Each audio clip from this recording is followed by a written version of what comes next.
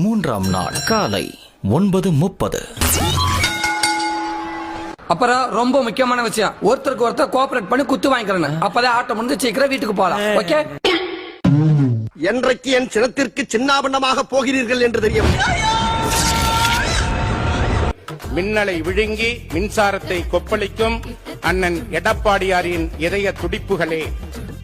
டேய், என்னடா டயலாக் இது? எவன் எழுதி கொடுத்தானே அது இப்படி பேசிட்டு போறான்? மின்னலை விழுங்கி மின்சாரத்தை கொப்பளிக்கும் அண்ணன் எடப்பாடியாரின் இதய துடிப்புகளே.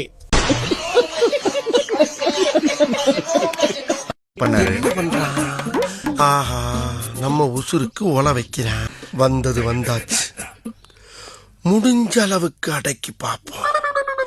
முடியாத பட்சத்துக்கு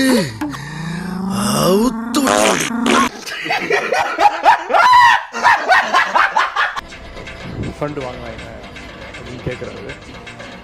அது கொடுத்தது அவருடைய மாமனார் தான்.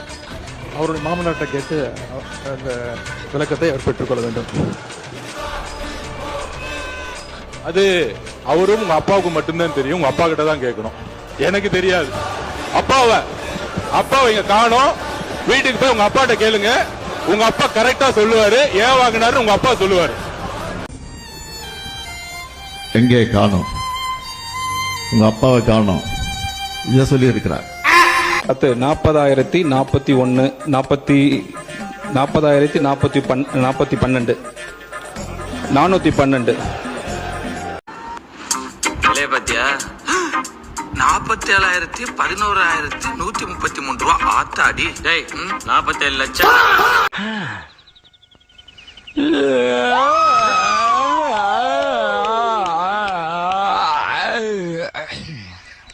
விளங்கும்டா.